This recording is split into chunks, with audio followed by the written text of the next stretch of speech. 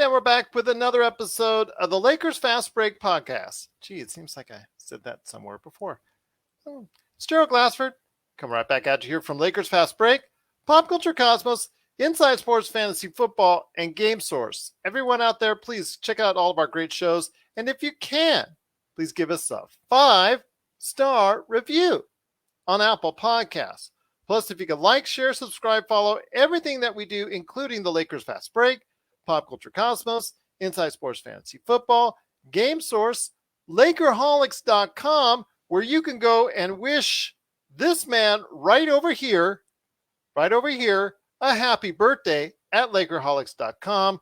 Plus, also as well, you can go ahead and check out the awesome shows at the Hoopheads Podcast Network at hoopheadspodcast.com, at hoopheadspod.com.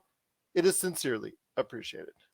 Well, the Lakers, in honor of the good man himself, LakerTom, on his, I said 21st birthday. I think Jamie Sweet was mentioning 121st birthday. So we'll just put it somewhere in the middle right there for you. It is LakerTom's birthday. And what a way to celebrate. The league themselves said, you know what? We're going to celebrate LakerTom's birthday by going ahead and setting up a matchup with their arch enemy, the Boston Celtics, at home at the Staples Center in a return match from last month's defeat in Boston. The Lakers looked very strong, especially on the defensive end, and held it all the way through. They pulled away in the third quarter. They actually led by 6 at halftime, but had the lead stretched out to 20 in the second half. Looked very comfortable until the scrubs came in and almost burned out the lead, but they managed to stick through and hold out and pull away for a comfortable 117-102 victory over the Boston Celtics, with the big three obviously garnering a lot of the publicity in this, with AD 17 points and 16 rebounds, 30 points for LeBron James, 24 points and 11 assists for Russell Westbrook. But to me, the key was not only the defensive output today, but also the fact that everybody seemed to contribute a little bit of something good for today's game, from everywhere from Carmelo Anthony, Malik Monk, Dwight Howard, THT. There was positives from pretty much everyone else that came on board today. So it was a really good team effort, especially on the defensive end. And here today to talk about today's game is the birthday boy indeed. You got to go ahead and check out his articles that he's produced today and in recent weeks here at Lakerholics.com. There's a good man celebrating his young birthday today. It is LakerTom. And LakerTom, as a birthday gift to you, the Lakers sent a special thing to you and said, you know what? We can't play defense after all. Yeah, this was a great game to have. And on my birthday, it's always nice to have something special. Yes, makes them more sweet, doesn't it? It's definitely the frosting on the cake of a wonderful day. It's the things that I thought were really special about the game, LeBron James. Man, I mean, LeBron had a hop to his step tonight. All the days off. You got to admit the days off helped. Well, it's exactly what I was thinking, too, because the 3 days off, not only that, but you got 2 practices in there. And at least Frank spent the 2 practices figuring out how to make 80 at the 5 work rather than how to make 2 bigs work. So it was great that he went that direction. I still would like to see him put Ellington or some more shooting in the starting lineup, but rather than Bradley. But at least we got a step in the right direction. I know he wants the physicality, and I thought that THT, despite the poor shooting from outside, had his moments defensively. You know, there was that one sequence where he knocked the ball away and then blocked the shot for the Celtic player he was guarding. You know, he's got potential. It's just that it's so far away from being consistent enough to really impact the game. It's so hit and miss. You know, but he still contributed to the game. He still got some points inside. He still made some good plays. Ellington made a couple of shots. Melo put in 12 points. Dwight got in there, and I didn't get a whole lot of minutes. I mean, I think that we really played AD or LeBron at the 5 for the entire game. But the Lakers looked good. AD looked a little, I don't know what it was.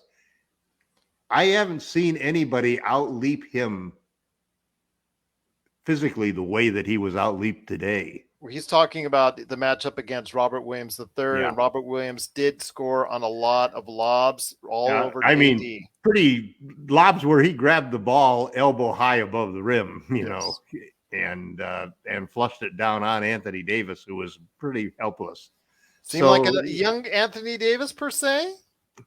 Well, you know, I mean, I tend to agree that there is a problem that you can't have a 3-point shooter we won the championship in the bubble because LeBron and AD both shot over 40% from three. And they also had 4 months off before the championship. So 3 days off, the Lakers should have done what they did today. But hey, the fact that they did it is something that counts in the positive side of the ledger as far as this has been a season where you can't count on anything from a whole bunch of teams, including the Lakers. Slowly but surely, we'll get to a third of the season, then 40% of the season, then 50% of the season, and the team will pull together. I mean, we limited ourselves to a 9-man rotation tonight. You know, Reeves had 3 minutes, I think, and Bazemore 3 minutes.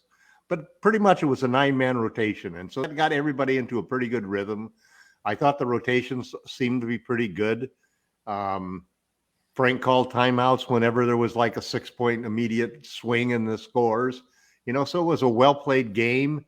Exactly what you want to see. You know, the team fought from behind at the start of the game. You know, they got off to a little bit of a bad start, struggled a little bit. Let them get out to 5 or 6 or maybe even 8-point lead at one point in time.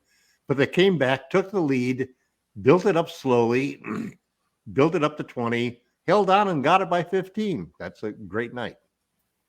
It was a great night for Lakers fans indeed. Once again, it's LakerTom, the birthday boy, and please go ahead and wish him a happy birthday here in the chat or at LakerTom on Twitter or at Lakerholics.com. We've got a nice little article there for him to wish him a happy birthday. Plus, he's got his articles on Frank Vogel, the future of which may not be with the Lakers, and also as well other articles from the whole crew, including Jamie Sweet, plus Lakers Fast Break podcast episodes and more at Lakerholics.com. My friend, when I talked to you about the looking good today, the thing was the message was sent along to me by Sean Grice saying they look great now, and this is good, and this is probably as good as if they've looked all season. And following up that strong win last week, mixed in with the disappointing loss against the Clippers, but a strong win last week at Sacramento. That's 2 out of 3 games where they look pretty good. Could things be on the way up for the team? I think so. You know, I think all of the players have acknowledged that there have been a multitude of problems, and at times it really has been focused on the superstars. All 3 of them, you know, LeBron, AD, and Russ, are facing unique challenges this year, you know, that are surprising. You know, in the case of Russell, obviously it's coming to the 4th new team in 4 years. A team with LeBron James and Anthony Davis and championship aspirations, and then having to fit into you know, you're a player who's got a relentless style at it, that basically they brought him in to be Russell Westbrook, but he's shown great restraint and I think game management, something that you never saw really from him as a point guard before, meaning that he's really controlling the number of shots he takes and where he takes them from, and making sure to get the ball to other players. I think those are all really positive attributes. But obviously, he struggled horribly with those, you know, 8 or 10 turnovers a game at the beginning. So, you know, he's been erratic. And then AD, his shooting has just disappeared from mid-range and from threes. I mean, shooting 18% threes. It's like if you listen to the TNT pregame show, God, they're just merciless on AD, you know, and for a good reason, because he was a guy who, after the championship, was thought of as a top 5 player in the league. And now nobody includes him in that combination of the top 5, including me. I wouldn't either. I was really I was really high on him to be at that level and right after coming off the championship, and it just hasn't been the case. Not even close. He's not physically dominating anybody, is No. what I see about the thing, And then you've got LeBron, who's only played half the games and has already a host of little minor injuries this season that are nagging, and is firing away from three like he's never done before in his life. And at times has shown the combination of boredom of the regular season in the 20, in your 19th year, you got to kind of understand that. 82 times 20 games, or 20 years worth of games times, it's a huge number of games. And getting ready for every one of those games and getting up to them. I mean, there are times when his defense has just been totally lacking, But he looks pretty spry tonight, and like you said, Gerald, I think the 3 days off really makes a massive difference for him.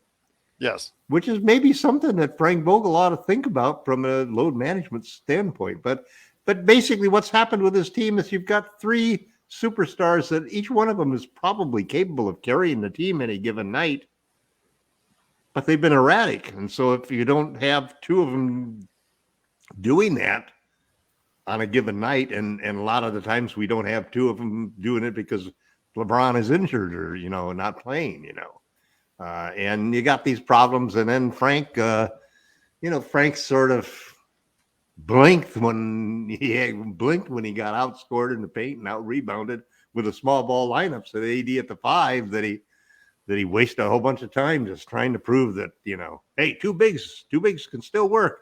Even though we got three superstars who can't shoot, two bigs can still work, and thank God he had 3 days to work on it. If it was only been 2 days, he probably would have gone with the same lineup. Yeah. But it's, it's encouraging because what we've seen is even in the loss that we had the other day, we saw the superstars play well. It was the role players who didn't come along and contribute to do it. And this team was let's be honest. It used to be this team would go as far as LeBron James and Anthony Davis will carry them.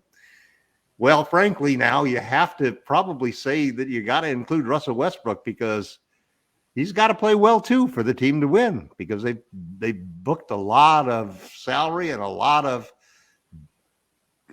the usage of the team in his hands. The ball's going to be in his hands a lot. He's going to make a lot of the decisions that determine whether we win or lose. So it's LeBron James, Anthony Davis, and Russell Westbrook. How they go, the three of them will determine how the Lakers go. Once again, it's LakerTom. You got to go ahead and check out what he's doing today at LakerHolics.com. Before we head on out, my friend, I just want to go ahead and update everyone out with thoughts from you on what's coming up for the Lakers, including a pivotal game for the Lakers at Memphis on the 9th, which is 2 days away. And of course, we'll be back to cover the game on the post-game show here at the LakerHolics.com and Laker Fast Break and all that good stuff. I wanted to ask you real quick on this. I mean, right now, Memphis have been 5-0, playing extremely well. Without Ja Morant. Without Ja Morant, and just playing very well, including that 73-point win over Oklahoma City. It is a very key game for the Lakers already this season because of the fact that they are fourth place in the standings.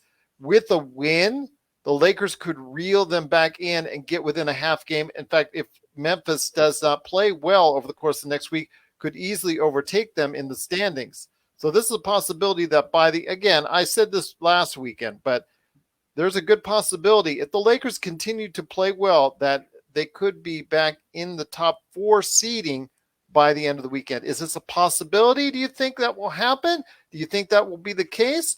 I think, again, if they play like this, there's good things that can happen soon after. Right. But that's a big if, as we all know, I mean, but there's a ton of teams right there, all at the same record. The Clippers obviously have something to say about it. The Clippers look great one day. They look lousy the next. The other day with teams at 500 or 4 teams at 500 from number 5 through 8. Yeah.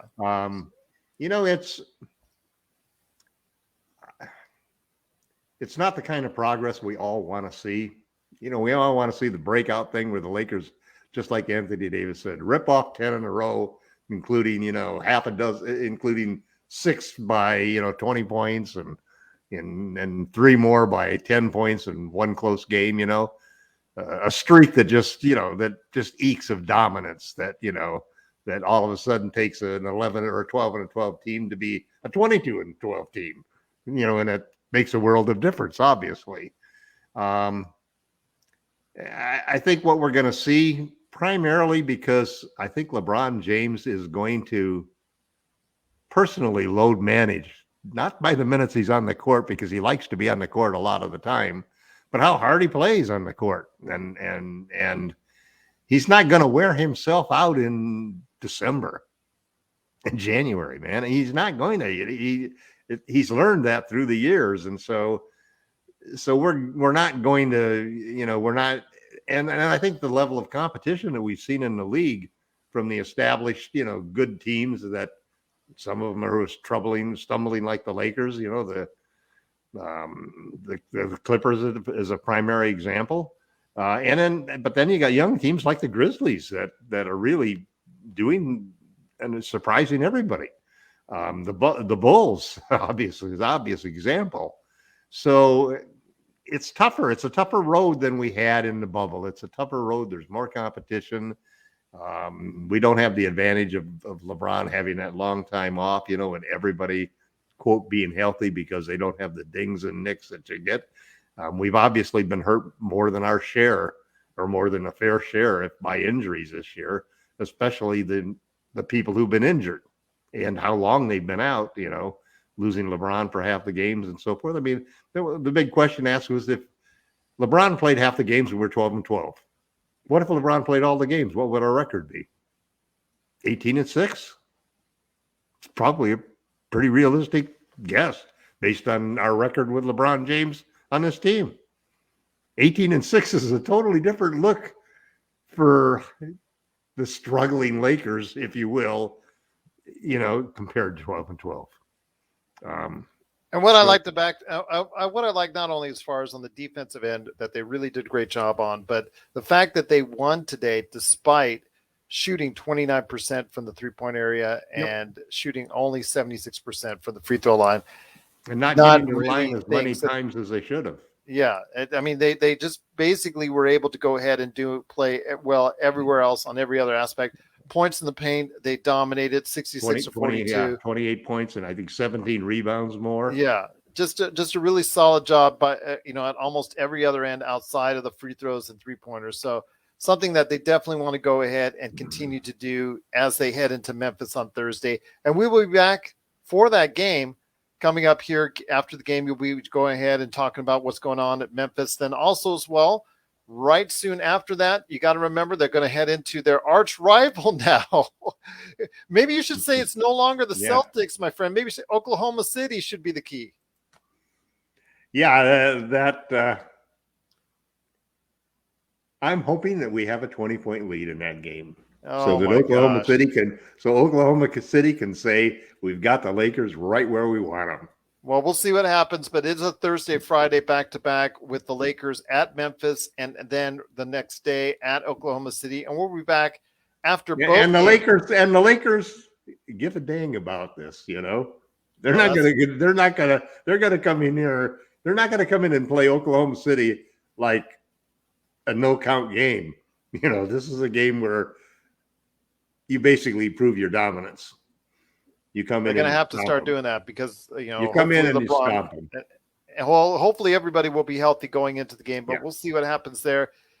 Obviously, the game at Memphis is going to be key to Western Conference positioning early on, so we'll see what happens there. But the Lakers right now, 13-12, 6th place in the Western Conference. Can they move up in the standings? We'll wait and see. Starts off with Thursday at Memphis and then Friday at Oklahoma City. They're key games so that the Lakers can continue that momentum all the way into the month of December. So we'll see what happens there. But LakerTom, I know you're doing some good things at LakerHolics.com. Your latest article on the future of the Lakers may be without Frank Vogel because he is under constant pressure and constant rumors of his dismissal at almost any given opportunity. Your thoughts on what you're working on pretty soon here at LakerHolics.com after your birthday, of course, and what you worked on with your recent articles at LakerHolics.com. Well, my whole thing with Frank Vogel is that he was hired to run a different type of team than what the Lakers are evolving into. The Russell Westbrook trade, by necessity, forced the Lakers to basically commit to playing small ball with AD at the 5 in order to create extra spots for shooters, because they knew that a lineup full of rim driving, attackers like Russ, LeBron, and AD was going to let teams just pack the paint all the time, even more. I mean, that's what we see, obviously, and what we expect, and it's why all of the arguments about Frank going two bigs, So my whole point was that, Frank Vogel was the right coach for this team to win a championship in the bubble. Playing a combination of two bigs and AD at the 5, and benefiting from AD at the 5 shooting lights out, and LeBron James, same thing. But the last two seasons, unsuccessfully last year and this year, I think successfully, but still to be proven, the Lakers traded defense for offense, simply because that at the end of the day, who wins the game is determined by the net rating of the players that you have, not the defensive rating. And we had players that had high defensive ratings, but the net ratings of those players was negative, meaning that they lost those minutes that they played. And we all know Frank's strength is his defense. There's maybe not a better coach in the league defensively, but he hasn't wowed anybody with his offensive moves. And part of that is that when you have an offense with a superstar like LeBron James, that's basically often how you run your offense. It's whatever LeBron wants. You throw in Anthony Davis and Russell Westbrook too, two guys that play a certain way, and I mean, it's not like Frank has a blank canvas on which to paint the Lakers offense. He's pretty locked in, he's got three players who are going to do what they're going to do. And you gotta figure out how then to optimize the other two players. His choice is obviously he wants to physically overpower you. He wants to have a guy who will bust your chops every time you get into the paint. And whether that guy can shoot or not doesn't matter to him. And that's the part of the evolution that Frank is going to have to make for this team to be successful.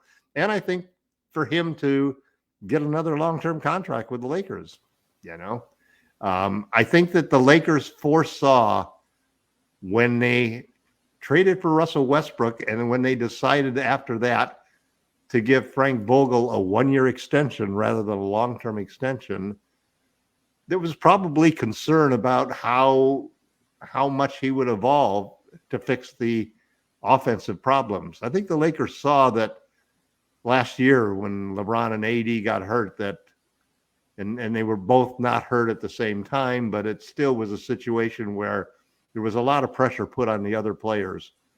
And they needed a third star. They saw what the Nets did, how the Nets were able to survive on the Eastern Conference, even with all three superstars missing substantial time, because they very often had at least two of them that they could rely upon. And the Lakers, I think, have benefited in the first 12 games because, LeBron missed half of those games, and they did end up 12-12. We all know they could easily have ended up 6-18 if the ball had bounced the other way on so many close games. We won 4 overtime games. You're pushing your luck, when you're playing in 5 overtime games out of the first 25 games.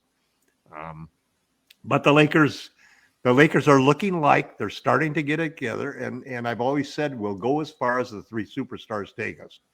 If the superstars play well, the role players will join in and play well most of the time. If the superstars don't play well, it's the pressure on there's so much pressure on the role players to come through that they usually can't carry you in a game. We only had 6 turnovers in the second half. We had 10 in the first half, only 6 in the second half. So we took care of the ball real well. And I thought I was real also, besides the defense, which I think is going to be the highlight, because 102 points against the Celtics, we held them to 20 points in the third quarter, I think, and 48 points or something like that for the half. So I think that was a dramatic sign, but also we took care of the ball down the stretch, and Russ really controlled making sure that we didn't go through stretches where we allowed, say, 8 quick points by the other team by 3 quick shots, because guys came down and settled for long jumpers and so forth. And LeBron, to his credit, didn't do that this time too. So, we've been burned how many times, Gerald, already in this short season of 24 games of saying that, yeah, it was only one game, but man, it portends well for the next game, and now we got a Thursday, Friday back-to-back on the road, quick trip. Hopefully the Lakers can take those 2 games, pull themselves 3 games over 500. I hate to say that. It's almost like we're jinxing them by doing that, but that's what they need to do. Then they get to 15 and 12, and all of a sudden, you get away from that log jam a little bit, and you start to stretch your legs, and you get a little confidence. And I think the things are looking pretty good for the Lakers at this point in time. Most importantly, because LeBron James looks spry tonight. So let's see how he does on the back-to-back. Let's see how he does. Yeah, maybe he might take. Maybe. Frankly, even though it's a revenge game, we probably should give somebody a day off on Friday night. And if there's somebody who you give a day off, it would be a LeBron James. Well, we'll see how that happens. But again, the Lakers are playing a back-to-back at the end of this week. Thursday night at Memphis and Thursday at Oklahoma City. It is LakerTom. You go ahead and check out his latest article on Frank Vogel and, of course, all the things that are going on. And wish him well and a happy birthday. Happy birthday to you. That's the best you're going to get, my friend. Happy birthday to LakerTom at LakerHolics.com. Well, once again, the Lakers did pull out a comfortable win. Kind of like what I saw tonight, especially on the defensive end. A lot better, a lot more improved. But then again, they were well rested. So let's hope they can take that momentum after winning 117-102 over the Celtics. Let's see if they can take that momentum over to Memphis as they match up against the really, really good Memphis Grizzlies team, even without John Morant, who have won 5 in a row without him. So they're not pushovers by any stretch. They're actually still sitting above the Lakers in 4th place. So the Lakers want to go ahead and start making a move in the Western Conference. It has to start now. And maybe it will start on Thursday night against Memphis. And after the game, we'll talk about it. We'll be here. We'll talk about all things going on there with the Lakers and what's upcoming for the weekend for the team and all that good stuff. I won't have any birthday cake left over. That'll all be done with. I'm sure it's already done at LakerTom's house. So that's good right there for you. But once again, best wishes to LakerTom on his birthday. And you can send birthday greetings to him at LakerTom on Twitter or LakerHolics.com. But once again, the Lakers did win 117-102 in a very comfortable victory. Can it be 2 comfortable victories in a row at Memphis? Can they stake a claim on a higher seeding in the Western Conference? That opportunity will be there for them on Thursday. We'll report on if they did just that coming up on Thursday night after the game right here at the Lakers Fast Break Podcast. Happy birthday, LakerTom.